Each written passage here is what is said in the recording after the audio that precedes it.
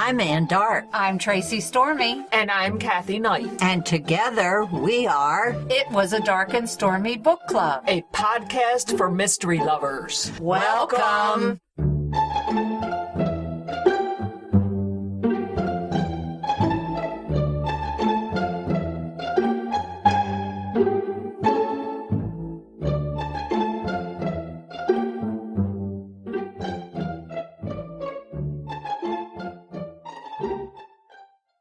If you enjoy our show, please consider contributing to the Dark and Stormy Patreon. By becoming a patron, you will help us create better and quality content. There are also benefits to becoming a patron, such as exclusive content and Dark and Stormy merchandise. Become a supporter at patreon.com/darkandstormybc. Check our website for the link. We appreciate any and all contributions. Thank you. Hello, and welcome to episode 159 of Dark and Stormy Book Club.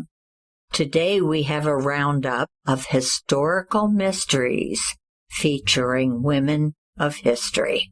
Welcome. Ever since I started reading Susan Elia McNeil's Maggie Hope series, I have been fascinated with female spies. So my book is called The Alice Network.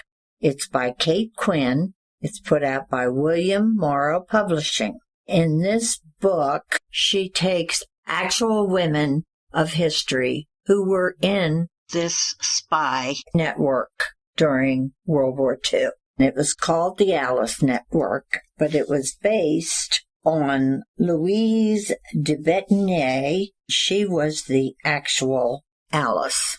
She had a network of about 20 spies. They were all women, and they went into Germany and into Austria and other occupied places, and they became invisible. They were waitresses, maids, people who normal people don't pay attention to. Blended in. They blended in and they listened, but they had to have good memories, so they went back. This was a really good story. There's several real characters. Most of the Alice Network are blended into 2 or 3 people. It is very gripping. It's a tale of a young girl who goes in search of her cousin who disappeared during World War II. As part of her search, she meets one of the women who was in the Alice Network. And then the story goes into the history of that woman also. It was a great story, and I highly recommend it. I believe it came out in 2017, but it was on the New York Times bestseller list quite a while. I thoroughly enjoyed it. This network was estimated to have saved the lives of more than 1,000 British soldiers during 9 months of their operation from January to September of 1915. Oh, wow. So my heart and my hat is tipped to these women who were so brave. Because that is not the typical occupation of the day. No, it's not. It goes into what happens when they were caught. It was very, very well done. Oh, another book to add to my to-be-read list. You will not be disappointed. It was excellent. Kate Quinn is the New York Times and USA Today best-selling author of historical fiction. A native of Southern California, she attended Boston University, where she earned a bachelor's and master's degree in classical voice. She has written 4 novels in her Empress of Rome saga and 2 books on the Italian Renaissance before she turned to the 20th century and the Alice Network. All her books have been translated into multiple languages. She and her husband now live in San Diego with 3 rescue dogs. And her website is katequinnauthor.com. Well, Anne, I have some questions for you. Okay. Do you like historical mysteries? I love historical mysteries. Do you like witchcraft? Oh, you know it. We got a witch in the family. Do you like the Brontë sisters? I love the Brontë sisters. Well, then do I have a book for you. Okay. We have Bella Ellis, who has written the second installment of her Brontë Sisters mystery series. I loved the first book, The Vanished Bride. This one is called The Diabolical Bones, and it's a very fitting title. This book came out October 8th, 2020. I listened to this book, and it was put out by Penguin Audio. Houghton Parsonage, February 1846. The Brontë sisters, Anne, Emily, and Charlotte, are busy with their literary pursuits. As they query publishers for their poetry, each sister hopes to write a full-length novel that will thrill the reading public.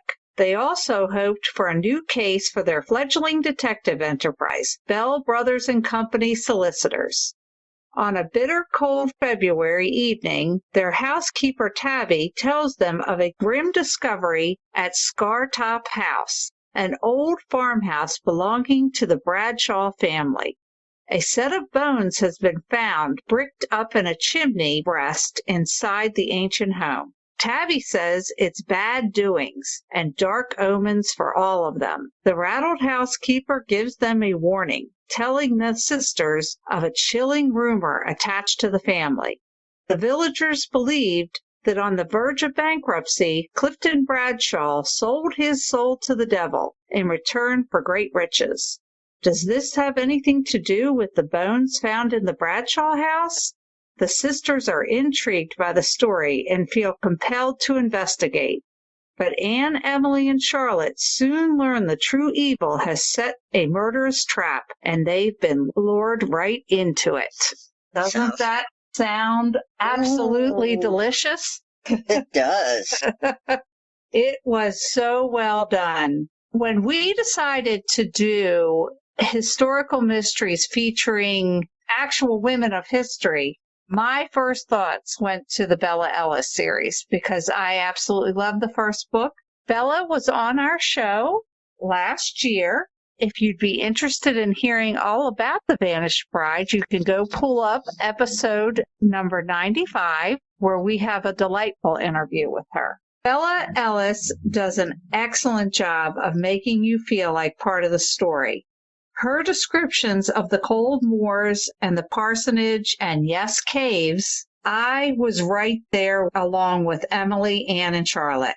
And I'm so happy to report that Branwen is still with us in the story. Oh, good.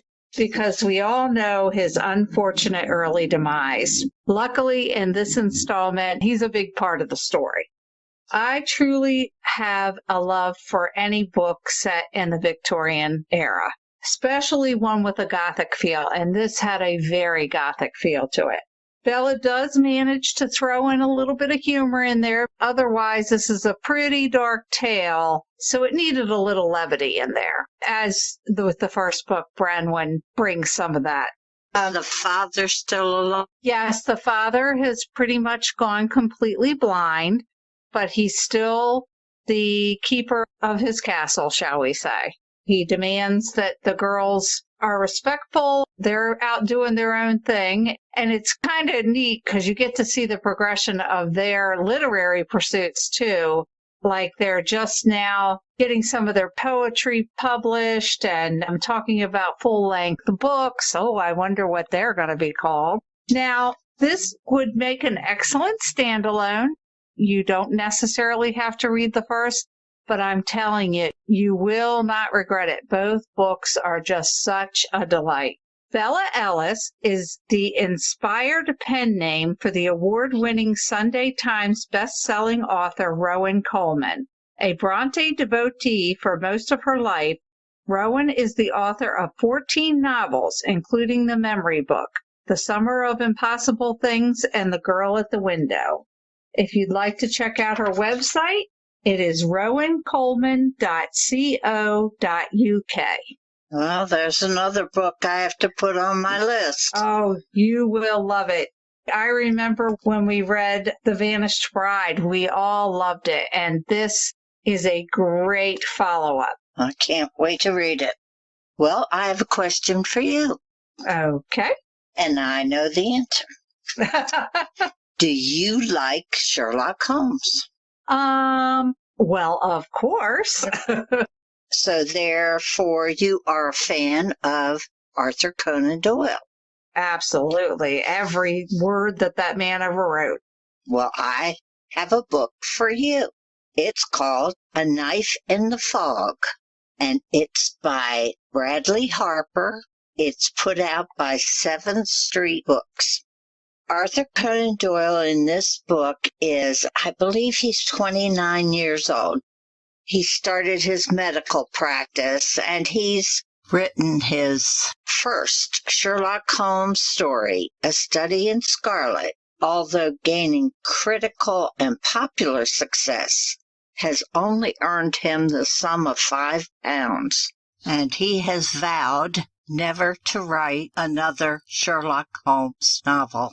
Well, in this book, he gets a letter from the Prime Minister of England, William Gladstone. They asked him to come and assist the Metropolitan Police as a consultant for their hunt for Jack the Ripper. Ooh. It's very juicy. He enlists the help of Dr. Joseph Bell. Do you know who Dr. Bell is? No. Dr. Bell is the professor from Scotland who was the model for Sherlock Holmes. Ah. Oh, that's right. I do Yes. remember reading something about that. He gets in touch with Dr. Bell and asks him to come and assist him. When he arrives, he agrees to help Dr. Doyle, but they don't really know London that well. Bell is from Edinburgh. Doyle has been all over the place. So they enlist the help of our heroine, Margaret Harkness. Have you ever heard of her? No, that's a new one on me. She's not as famous as some of the historical women we've read about. She is a author who lived in London. She was very well born. Her father was a minister. She was educated. She was very smart. But of course, back then she was expected to marry and become a housewife. Well, she poo-pooed that idea, and she went to live with the poorest of the poor in London. And she wrote 3 books highlighting the poor. She was a great social reformer. In this book, she is the guide for Dr. Doyle and Dr. Bell as they meet with the poor and the prostitutes of London and Whitechapel. The ending of this book is so good. I am telling you, the story kind of goes into their search for Jack the Ripper, but their answer and their solution to the mystery is wonderful. I loved it. It was nice to read a book that featured a woman back then. Now, she did travel about London dressed as a man because a woman people wouldn't talk to. She worked for the poor in London. She died in 1923, and she is buried in Florence, Italy. After reading about her life, her works, I admire her quite a bit. She was somebody I was not familiar with. Did she ever actually meet Arthur Conan Doyle? No, this is all completely made up. But the timeline was right. They could have met. The character of Margaret Harkness shines through this book, and it deals with the prostitutes and radium girls who got the Fosse jaw, where they painted the dials on clocks that glowed in the dark and didn't realize they were killing themselves, and it ate away their jaws. She did work with that group of women and tried to make changes that would be helpful to them. I recommend this book. It was well written, but boy, the ending was fantastic.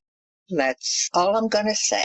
Bradley Harper's debut novel, A Knife in the Fog, Conan Doyle Meets Jack the Ripper, and it was released